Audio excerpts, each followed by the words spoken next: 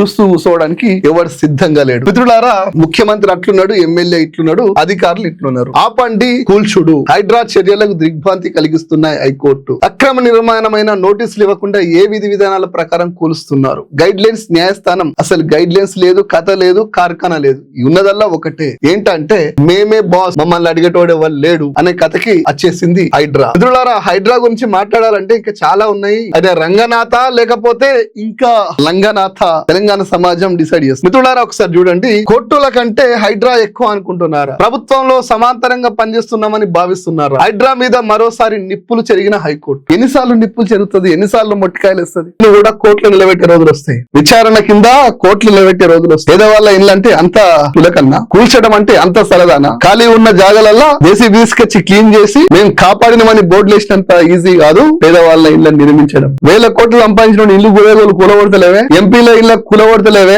ముఖ్యమంత్రి కుటుంబ సభ్యుల జోలికి పోతలేవే, ఎంఐఎం హాస్టళ్లకో కాలేజీలకో పోతలేవే, పాత బస్సుల కాలు పెట్టాలంటే భయం ఎందుకు అవుతుంది? ఆర్గనైజ్డ్ క్రైమ్ చేస్తూ మిత్రులారా కొంతమంది అధికారులు ఉంటారు, డ్యూటీ మైండెడ్ ఉంటారు, వాళ్ళకు డ్యూటీయే ప్రధానం.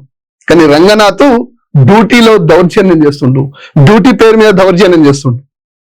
ఇలాంటి రంగనాథులకు ఖచ్చితంగా ఏదో ఒక రోజు శిక్ష పడుతుంది.